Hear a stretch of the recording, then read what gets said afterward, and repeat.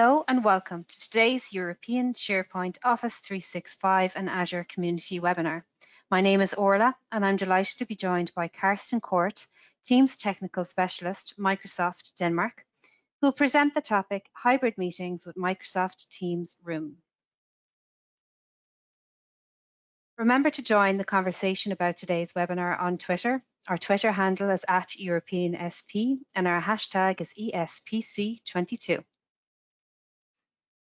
Don't forget to check out the Resource Centre. This is updated daily with the latest blogs, ebooks, webinars, and how-to videos.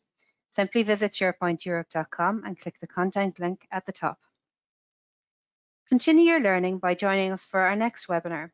Let's power automate all your M365 and D365 documents with one click or flow. That's with Fabian Huber and David Lou Scheibler. Find out more at SharePointEurope.com/register for webinars. We've just released the dates for the European Power Platform 2023. Join us in Dublin on the 20th to the 22nd of June 2023. Save the dates at SharePointEurope.com/European Power Platform Conference. Call for speakers for the European Power Platform is also now open. Submit to speak at SharePointEurope.com/submit-to-speak EPPC. Why should you attend ESPC 22? Watch the videos on our website to hear pre-event insights from Jeff Teeper and Caruana Gattamo from Microsoft. Check it out now at SharePointEurope.com/ESPC22-keynotes. After the webinar, we will have a questions and answers session. Type any question you have in the questions window, and questions will be selected and answered at the end of the presentation. Karsten has also let us know that we can ask questions as we go through, so feel free to ask questions as we go along. This webinar will be recorded and added to the Resource Centre, and you'll be notified by email when it's available. And now I'm going to pass you over to our webinar presenter, Karsten. Hello, Karsten. Hello, Ola. Thank you very much. No problem. Thank you. I'll just go share. Yeah, perfect.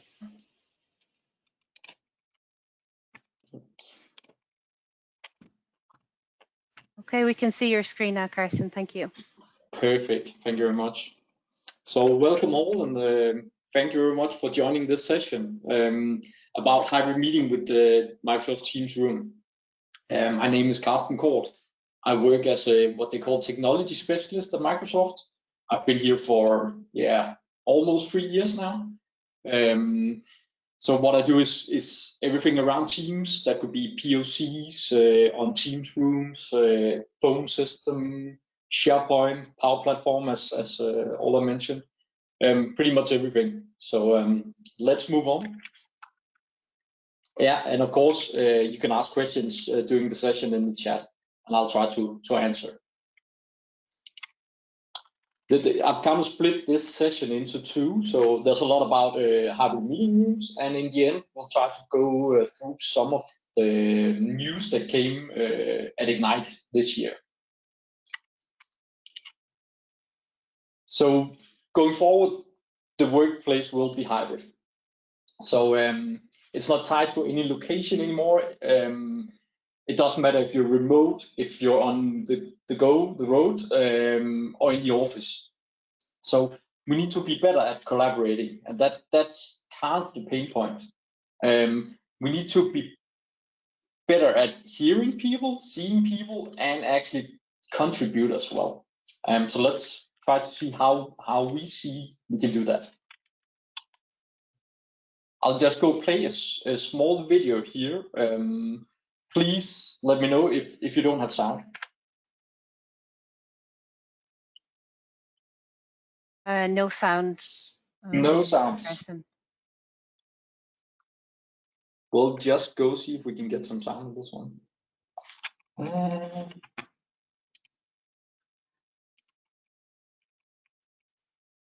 Oopsie. And no sound, no sound. I'm very sorry. if you like, we could try, if you want to message it to me on Teams, I could try and upload it from my side here, and you might be able to play it through the software then. Let's move on instead.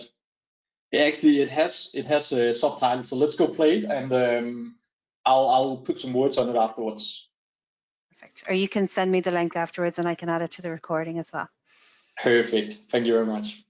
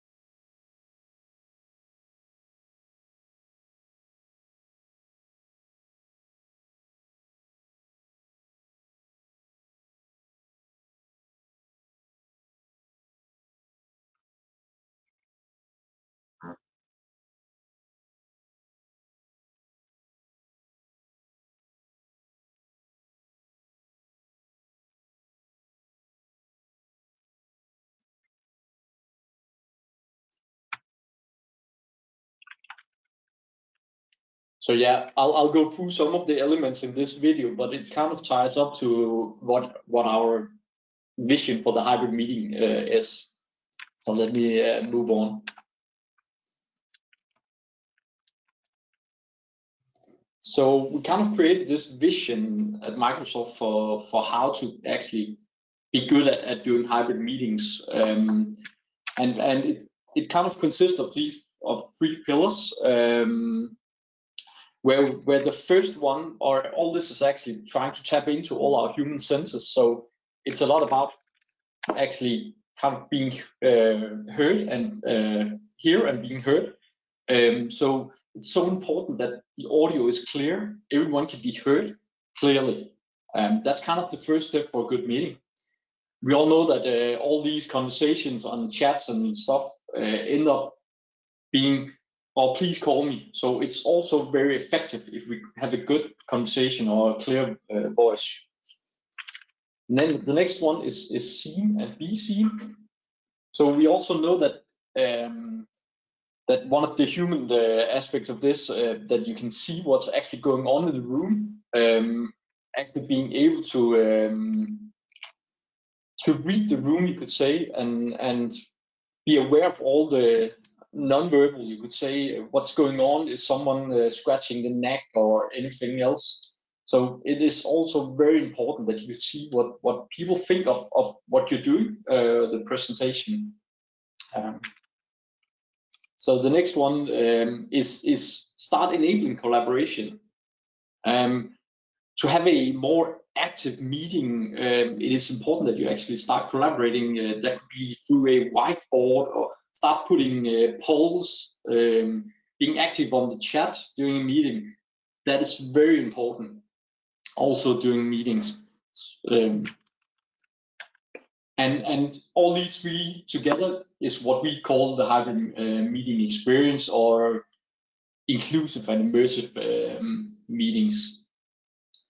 We also have this idea that you should kind of treat all participants in a meeting as they were sitting in front of you.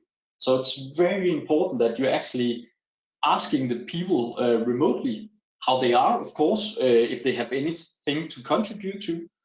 And if they're about just sitting quietly, maybe they shouldn't actually be in the meeting. So that's very important also to scope the meetings, being sure that the right people are in the meeting. So all this started with, at least from Microsoft perspective, in the early days with live communication server, later on Link, OCS, where you plugged in a camera and you got audio and video. And you're able to see and be seen and heard and be heard here, of course. The next step would be you start deploying AV equipment to a team or a Skype meeting room, where you can walk into a room and join a meeting that you have invited, or start a Meet Now meeting. Oh, it's jumping a bit. Sorry. And probably where we are now, that we have meeting rooms that actually do support chat, the inclusive meeting rooms, chats, raise hands. You got great, you could say, content during the meetings. All that stuff that's kind of beyond camera and speakers and stuff like that. So moving on to where we want to kind of go ahead is actually the optimized for hybrid meeting rooms. So that's what I'll talk about right now, how we see that.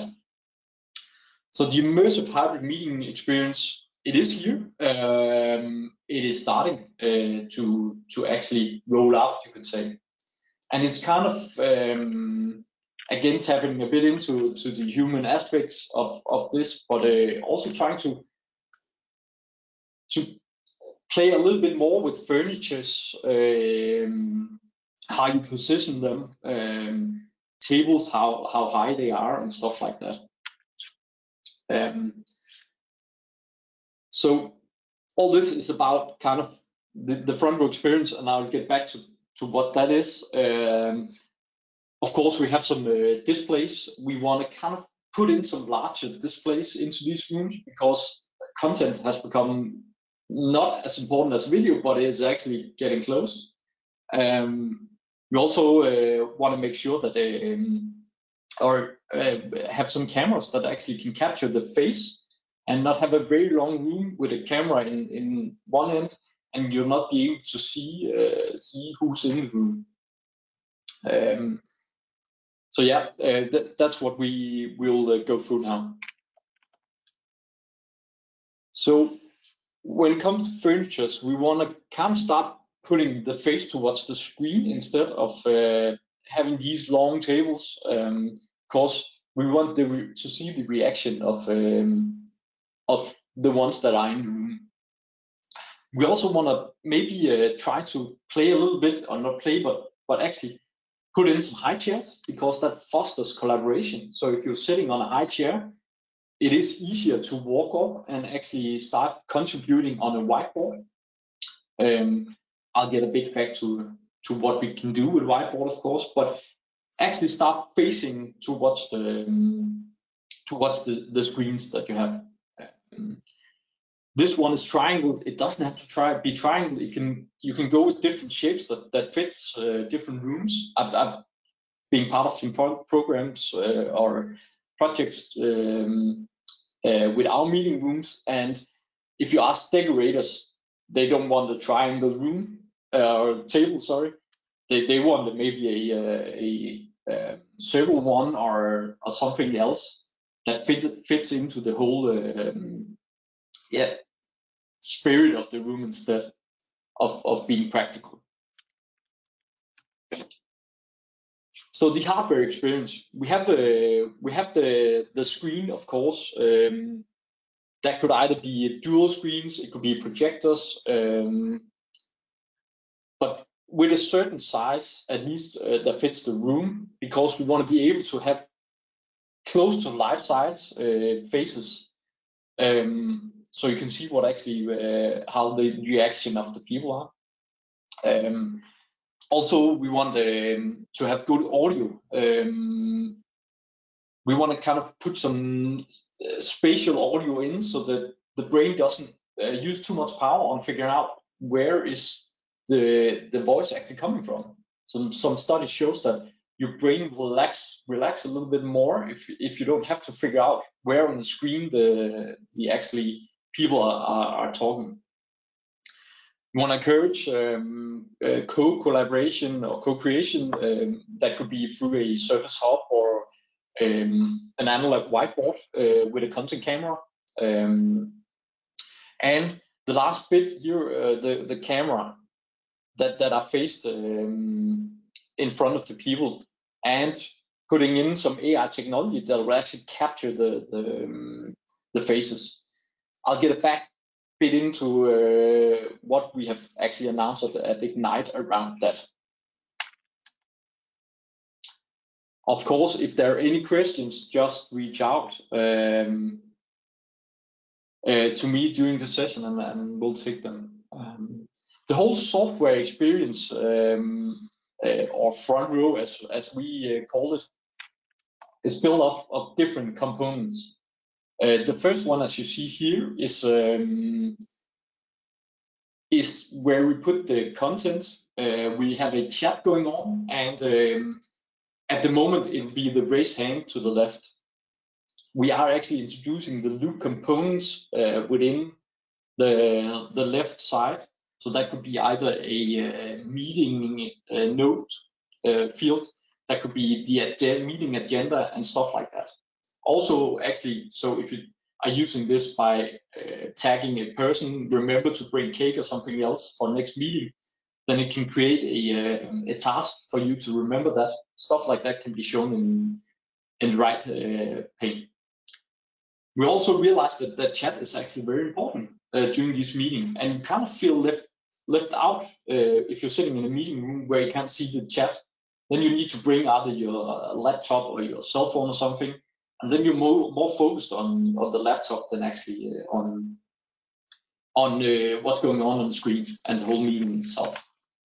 The last bit here is the stage, you could say, with all the faces of the remote participants. Try to get as life size as possible, so you can actually get that eye level feeling that you're actually looking your colleagues in the eye. And the last part, yeah, as I talked about before, that the voice should come from a natural way. So if someone is talking to the left, you want to hear the voice from the left. So questions there before you move on, Yeah. if that's okay. I see that there is a chat window on the big screen. Is this a premium Teams room feature? No, it is not. It will. Okay. It will so far at least a little bit. Okay, that's a tricky one. So front row will still be a standard feature license. I'm actually not totally sure yet how the loop components will fit into to the premium or the standard, but as far as I've heard, they'll still be part of the standard. Our standard license will only last for the rest of the agreement, of course. So yeah, a bit uncertain answer here. We'll get more, or there'll be put some more information around that later on when we actually start having these different, you could say, building blocks on the front row experience. Another thing, actually, we just introduced, if you don't have a 21:9 screen, we'll actually kind of optimize that and remove the one side, not the chat part, but the other side, so it fits better to a you could say another type of monitor. Okay, thank you, Christian. That's it. You're welcome. So looking at the co-creation experience, of course we have our own Surface Hub, which can play a very important role when getting ideation or getting inspired and create, you could say, products or being innovative. But we also have the content camera, as you see right here. It is actually a camera that you connect to the meeting room, and what it does is actually it blurs the person that stands in front of a analog whiteboard, as you see here. What it also does is actually highlighting the ink, so you see it better. So we all know that you have this pin that you draw with, that's a bit unclear. Then by AI, we'll try to actually highlight that. So you can see clearly when you're sitting remote. This feature is actually also available in your Teams client. So if you press the share button from the Teams client, you'll be able to actually share a whiteboard directly. So that's very beneficial if you're doing like breakout sessions with remote participants and you have these flip over whiteboards. You can simply use your Teams client to actually project that. And the last one here is actually, we do see our great OEMs creating these boards that's based on an Android device with whiteboard, of course, but also a all-in-one meeting room solution. So yeah.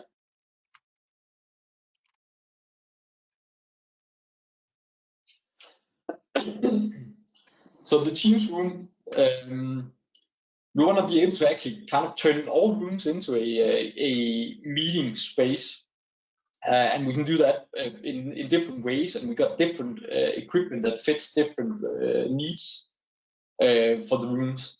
Kind of see a trend going towards having smaller rooms instead of having larger rooms, because we all know that these large rooms sitting with only two people in them, and actually wasting a lot of space. That's both costly but ineffective also.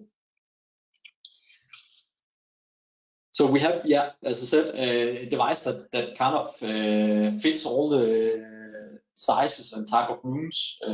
I'll get back into that. Also being able to join from whatever equipment that you have. So if you want to start a quick meeting directly from your cell phone on a Teams room, you can do that. You can start a meeting directly on the panel of the meeting room, but also being able to participate in other services from Teams meeting rooms. So that could be at the moment Zoom or WebEx. We're introducing GoToMeeting and BlueJeans as well as a service where you can actually invite those rooms, press the button, and being able to join other type of meetings here.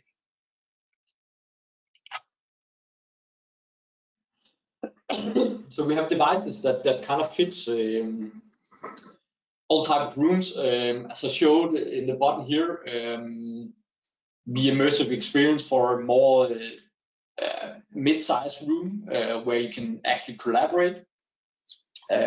We have those classic rooms with two screens, board rooms, but also kind of the signature rooms, as we start calling them, where you all have this.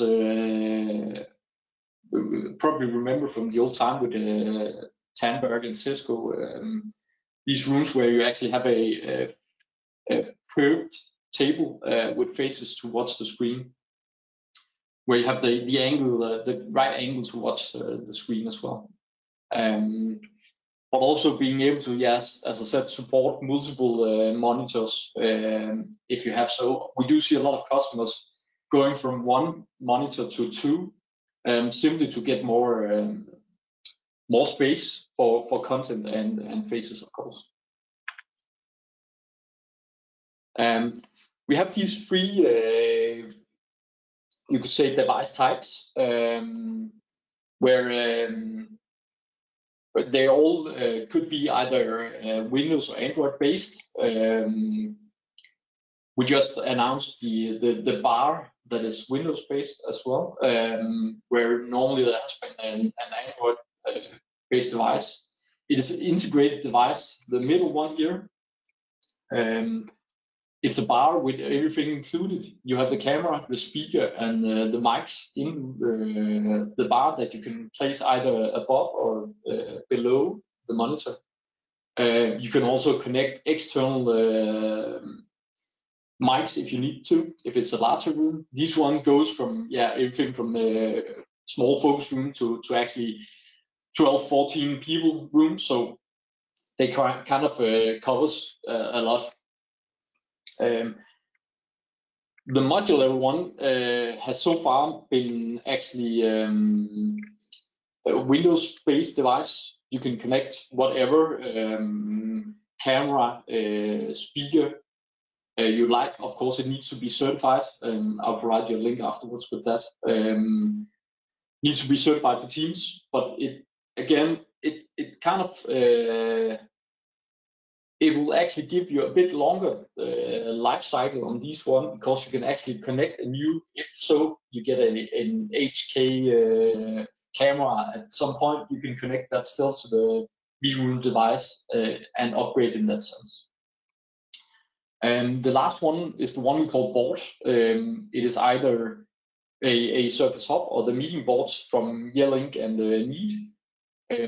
Those are the one that we call co-create, because we kind of stand up to them and ideate or co-create on these boards through the whiteboard, the digital whiteboard.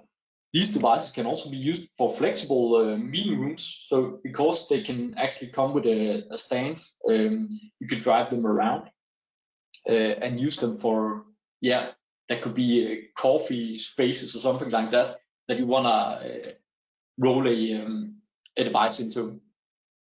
You can also get those, or at least the Surface Hub, with a battery, so you don't have to think about power or anything like that.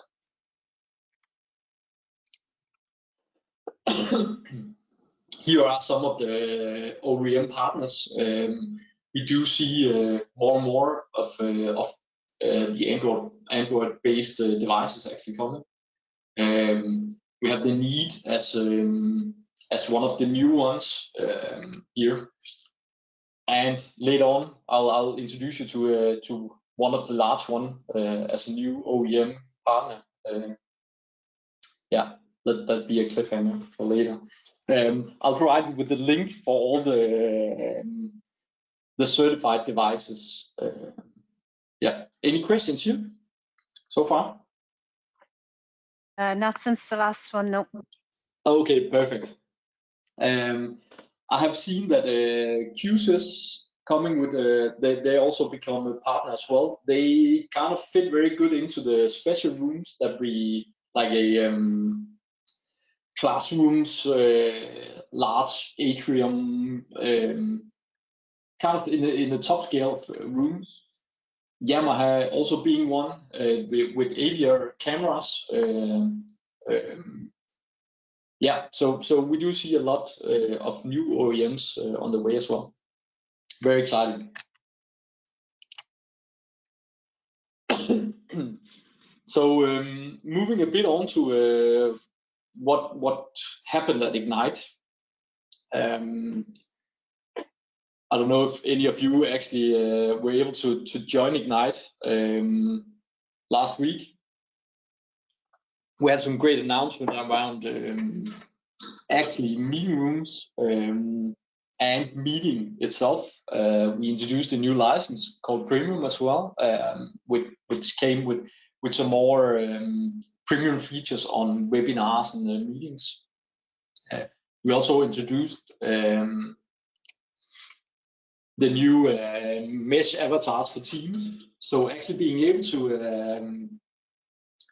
to put in an avatar instead of your face.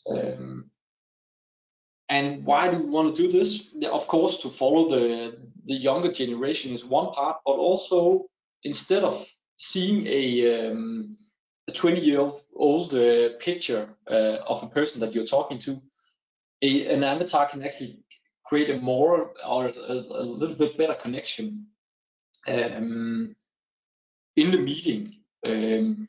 And we're actually trying to work a bit on how can we use the cameras to actually move the avatar as we move. So if I'm falling asleep, the avatar will fall asleep as well. That is technologies we're trying to work on.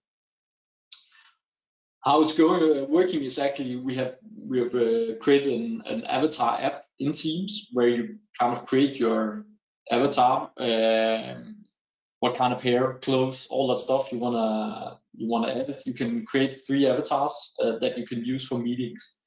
And during meetings, you can create all these thumbs up and all that stuff from the the avatar here. As you can see, all the reactions. This is the app that I talked about.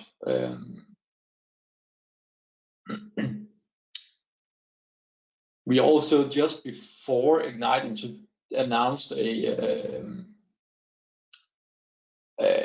you could say a co-work with Google around Mesh as well. So being able to join the Teams meeting from their classes, of course, Quests. Later on, we'll also be able to actually join Mesh meetings, Teams meetings from either Teams client or Mesh itself. So having these virtual spaces instead of physical spaces. One of the bigger thing, at least for me as a one that loves meeting rooms, is the intelligent or IntelliFrame, as we call it. It is actually it consists of 3 things. One of them is actually multi streams. So if you do have a camera that supports people framing, some call it, we can actually project single feeds directly into to the attendees. So in a meeting room with 7 people, you can kind of pull out each face and project them in a separate stream. Very, very cool. Also being able to do people recognition in the meeting. So as you see right there, grouping people and being able to actually see who's in the meeting through people recognition. Or also when people actually are speaking, kind of see who's speaking and highlight those. Very cool. It will require a camera that supports it, and then using the IntelliFrame, as we call it. Also, we have as today the people framing from the OEM partners, the camera itself doing the framing, which we know from today. And the last thing is actually using our AI intelligence, Azure, to doing these people framing if you don't have a camera that does it. So us actually being able to pull out faces through AI and show that in meetings for a better eye-level experience, you could say. And this will also be, or you will need the premium license for this one.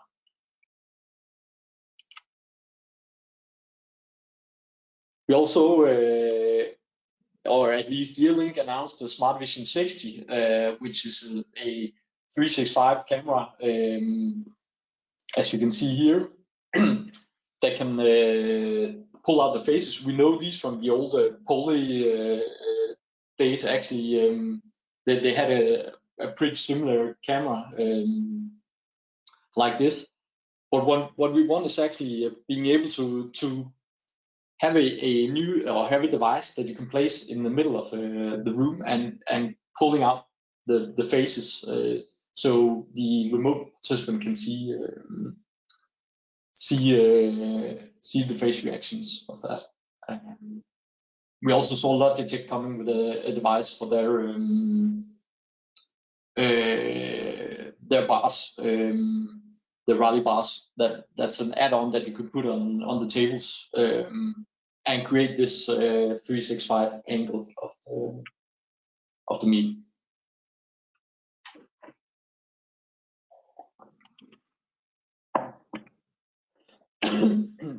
So one of the huge thing here, and I never thought it would happen actually, was the announcement of actually Cisco being a certified partner.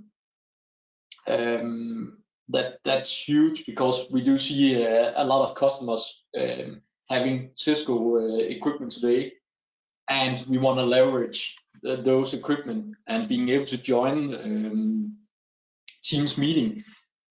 You can do that today through the CVI Cloud Video Interoperability Service that either Poly or Cisco or BlueJeans actually pass.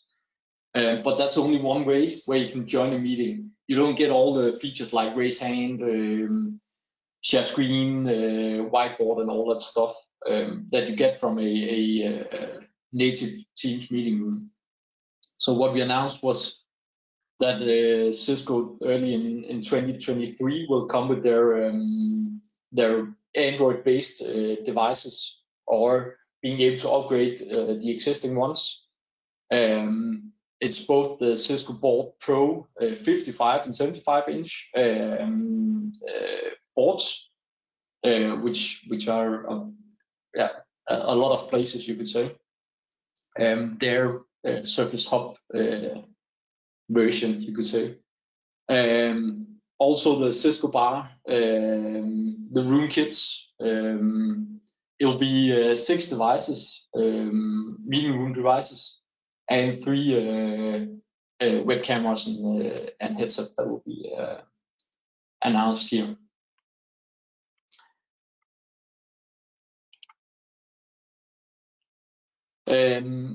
I'll put this in as well, because there are some great content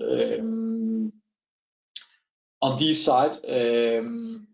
We do actually, if you have some old devices that you want to swap to other Teams rooms, we do have a trade-in program actually for that. So reach out to your Microsoft representative if you want to know more about that.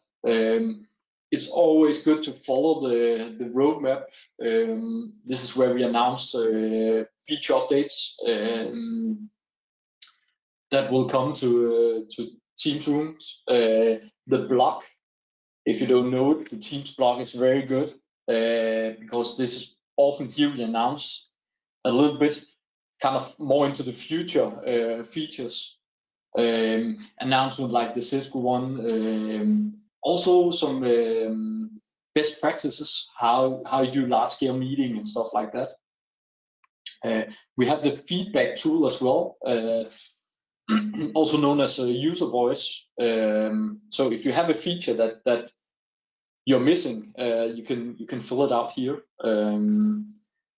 We have some walkthrough videos actually, so if you're fairly new to Teams Room, you can get an idea of how it works, how you use them, but also for education as well. It is very good. Training videos and the foundation video series as well. We also often have some you could say training sessions that we announce on LinkedIn, so follow that as well. And actually, I was speaking a bit too fast today, so there are room for some questions. If not, I do actually I did add some extra slides here, so just if there are questions, just go ahead, or I'll keep a bit on. Let's go ahead, and there's a couple of questions here. With regard to software experiences, can the front row experience be customized? It will be. So we'll introduce customization of front row experience. So that could be either that you want the chat to go away and have another window like Loop components or something like that you can push out to the devices. So I think it's just after New Year. I think it's in Q1 we'll introduce that. Okay, thank you. regarding Microsoft Teams Rooms devices for shared spaces, are the devices limited to the ones they are shown in? No, I will provide the link as well for you. There's a wide range of devices that support different type of rooms, so a lot actually. What I didn't cover was actually I showed you these, that we have a modularly based one. We have the bar one and the board one. We're actually starting to introduce Android-based, modularity-based as well. So for some reason, or if your company loves the Android version better, we'll start actually to have a version, modularity-based one on Android, where you can connect whatever camera and speaker you like. Yeah. Okay, great, thanks. That's it for the questions. If you want to do your other slides, and maybe if anyone else has a question, you can type it and we could do questions again perfect. when you're finished. Let's do that. If you do have or are thinking about getting the Surface Hub, we have a feature called Coordinated Meeting, which allows the Surface Hub to actually automatically join a meeting where you have a team meeting room. And it is great for user experience. And if you want to again foster people to collaborate, co-ideate during meetings, you can have the hub automatic start when you join into the meeting room and press join button. It'll start right away. So actually getting this great experience. It also, if you want to kind of expand, if you have a large meeting room and want an extra screen, it's a great way to expand the reach, you could say, of screens right here.